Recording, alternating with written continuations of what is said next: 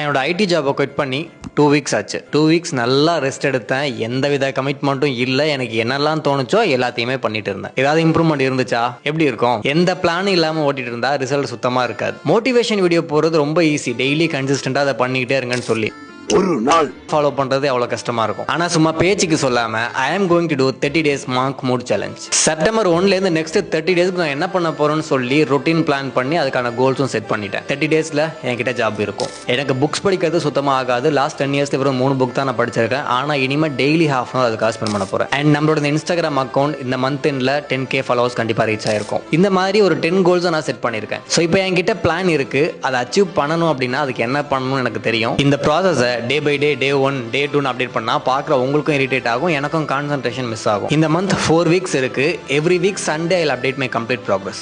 Last 20 days without plan என் லைஃப்ல ஒரு சேஞ்சும் நடக்கல. But now I have a plan. Next 30 days